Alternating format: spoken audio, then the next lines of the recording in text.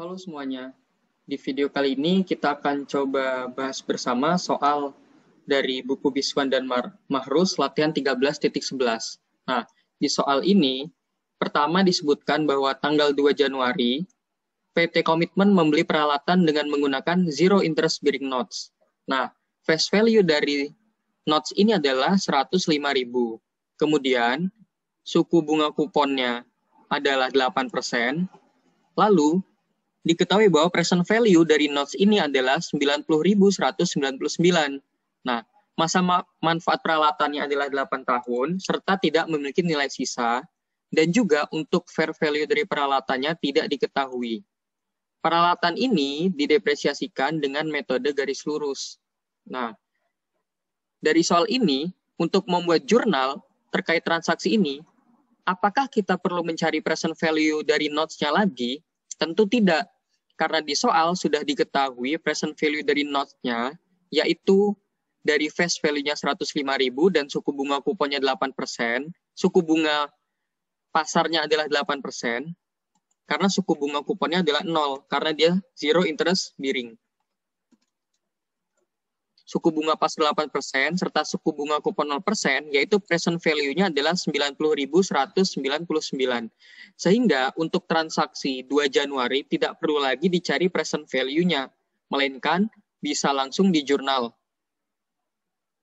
Kemudian, di tanggal 1 Juli 2016, PT Komitmen juga menerbitkan bonds tertanggal 1 Mei 2016 yang face value-nya adalah 500.000. Jangka waktunya adalah 4 tahun, suku bunga kuponnya adalah 8%. Namun, karena bonds ini dibayar bunganya semi-annually, yaitu 1 Mei dan 1 November, 8% kita bagi 2 untuk mengetahui bunga per semesternya. Begitu juga dengan suku bunga pasar. Karena suku bunga pasarnya adalah 9%, untuk mencari suku bunga pasar, 9% kita bagi 2. Untuk tahu bunga per 6 bulan ataupun per semesternya. Nah, lalu bagaimana cara mencari present value dari obligasi apabila diterbitkan di antara tanggal pembayaran bunga? Nah, di buku Biswan dan Mahrus disebutkan langkah pertama adalah menghitung present value pada tanggal pembayaran bunga terdekat. Karena pembayaran bunganya tiap 1 Mei dan 1 November, sedangkan kita beli di 1 Juli, otomatis pembayaran bunga terdekat adalah 1 November 2016. Untuk itu, untuk mencari present value-nya, N yang kita gunakan adalah dari 1 November 2016 sampai jatuh temponya, yaitu tinggal sisa 7 kali pembayaran bunga lagi, bukannya 8. Nah, lalu untuk mencari present value-nya, tentu kita mencari present value dari pokok dan present value dari bunga, menggunakan rumus PV. Rate-nya adalah 4,5%, periodenya adalah 7, PMT-nya adalah 0 untuk present value pokok, face value-nya adalah 500.000, dan ditemukan present value pokok adalah 367414. Bisa menggunakan rumus present value ataupun dengan rumus kalkulator, yaitu face value 500.000 dikalikan dengan present value faktor dari pokok ini yang dibayar dengan suku bunga 4,5% serta periodenya 7. Kemudian sama juga untuk present value bunga bisa dicari dengan rumus present value. Rate-nya sama 4,5%, periodenya adalah 7. Lalu bunga yang dibayarkan tiap 6 bulan adalah face value-nya kita kalikan dengan suku bunga kuponnya. Lalu selanjutnya face value-nya kita isi 0 dan type-nya kita isi 0. Nah, didapatkan maka nilai obligasi pada tanggal pembayaran bunga pertama adalah 485.268.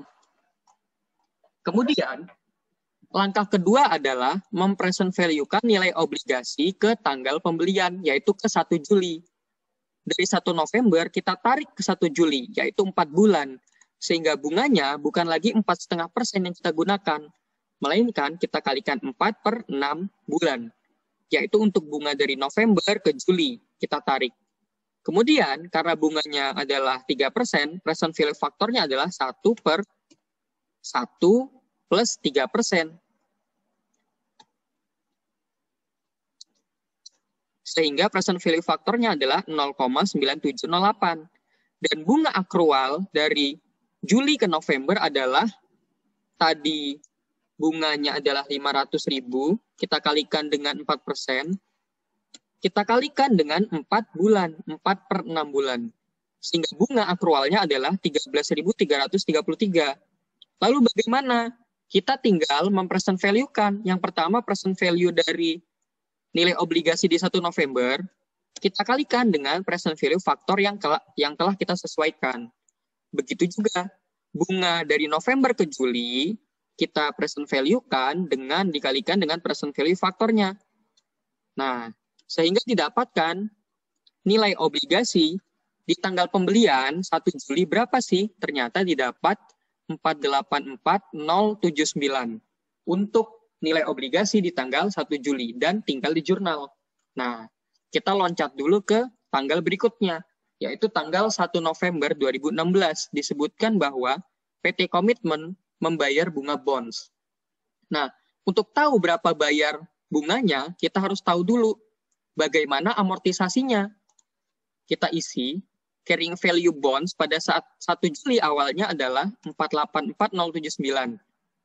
Dan kita mengakui adanya bunga sejumlah bunga awalnya adalah 500.000, face value-nya kita kalikan dengan 4%, suku bunga kupon, serta dari 1 Mei ke 1 Juli adalah 2 bulan.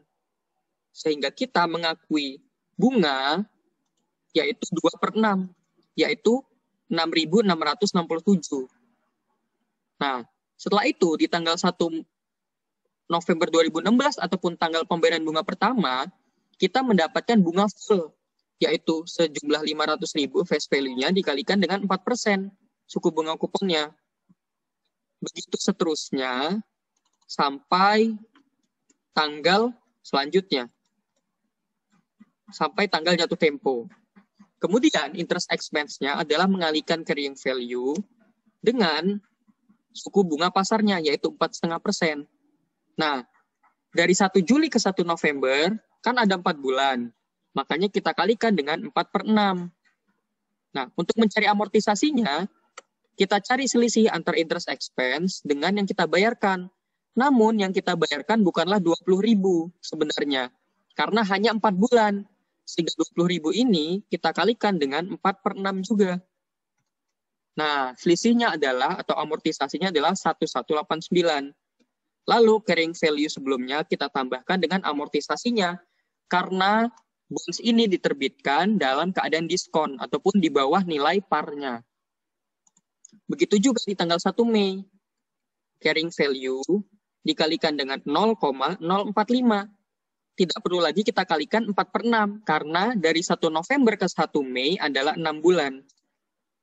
Lalu kita kurangkan atau cari selisihnya antara interest expense dan bunga yang dibayarkan, dan kita cari nilai present value ataupun carrying value dari bonds-nya yang ditambah dengan amortisasi.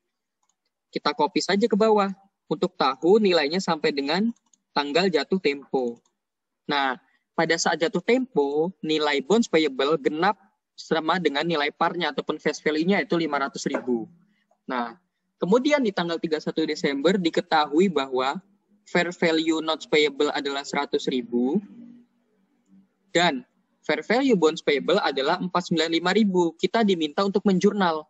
Nah, bagaimana? Tentu saja kita perlu tahu carrying value dari notes payable-nya berapa sih di tanggal 31 Desember dan carrying value dari bonds payable-nya juga berapa sih untuk kita bandingkan antara carrying value, nilai tercatat dengan nilai wajarnya.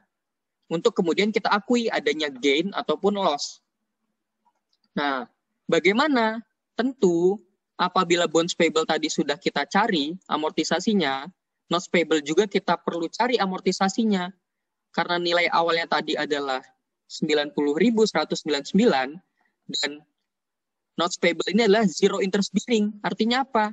Bunga yang dibayarkan adalah 0. Ataupun kalau mau tahu asal-usulnya, dari mana 0? Yaitu 105.000 face value-nya kita kalikan dengan bunga kuponnya, yaitu 0%. Sehingga interest expense-nya adalah carrying amount ataupun carrying value dikalikan dengan suku bunga pasar adalah 8%. Nah, selisih antara interest expense dan yang dibayarkan inilah yang menjadi amortisasi. Menambah atau mengurangi? Tentu menambah. Agar 91.99 ini pada tanggal jatuh temponya sama seperti face value-nya 105.000. Sehingga ini kita tambah dengan amortisasinya, yaitu 97415. Begitu juga dengan bonds payable, yaitu tadi nilainya 484079 di awal pembelian. Lalu ada cash paid yang kita terima pada tanggal 1 November, kita bayar bunganya penuh, seperti di tabel atasnya. Interest expense-nya juga sama seperti tabel atasnya. Begitu juga dengan amortisasinya. Dan juga carrying value-nya. Nah, kita juga tadi sudah mendapatkan carrying value-nya di tanggal 1 Mei 2017. Kita copy dari atasnya.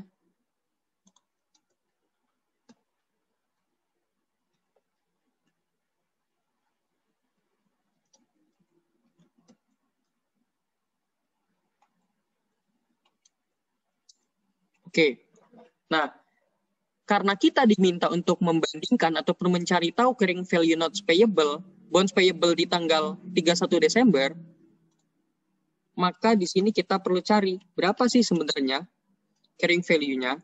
Tentu saja karena di tanggal 1 November kita baru membayar bunga, sehingga kita juga di 31 Desember harus mengakui adanya bunga yang terutang, yaitu tidak 20.000, melainkan bulan November dan bulan Desember hanyalah 2 bulan. Kita akui adanya bunga akrual sejumlah 2 bulan. Nah, selanjutnya, interest expense kalau 6 bulan adalah 21.837. Namun, karena dari November dan Desember hanyalah 2 bulan, 21.837 kita kalikan 2/6. Lalu kita cari selisihnya. Nah, selisihnya inilah yang menambah nilai bonds payable di tanggal 1 November. Diketahui carrying value-nya adalah 485.881. Sehingga di soal nomor 1 kita diminta untuk menjurnal transaksi di atas. Di tanggal 2 Januari tadi kita menjual obligasi sehingga mencatat cash pada bonds payable serta di tanggal 2 Januari transaksinya adalah membeli peralatan dengan menggunakan notes payable. Berarti jurnalnya equipment pada notes payable. Oke. Selanjutnya, jumlahnya adalah present value-nya, yaitu 9199. Dan kita mengkredit sejumlah 9199. Nah, di tanggal 1 Juli, pada saat kita menjual obligasi, kita menjurnal cash pada bonds payable, serta bunga yang harus kita akui dari Mei ke Juli. Cash bonds payable-nya berapa yang kita jurnal? Sejumlah present value di tanggal 1 Juli, yaitu 484.079. Dan bunga yang harus kita akui adalah bunga dari Mei dan Juli kita dapatkan, yaitu 6.667. 6.667. Kemudian di tanggal 1 November disebutkan kita membayar bunga bonds. Nah, di tabel amortisasi, interest expense-nya adalah interest expense, interest expense, notes payable, dan juga bonds payable, dan membayar bunganya cash. Nah, di tabel diketahui bahwa amortisasi di tanggal 1 November 2016 adalah 1189. Dan bunga yang kita bayarkan adalah full, yaitu 20.000. Sehingga interest expense-nya adalah 20.000 ditambah 1189, yaitu 21.189.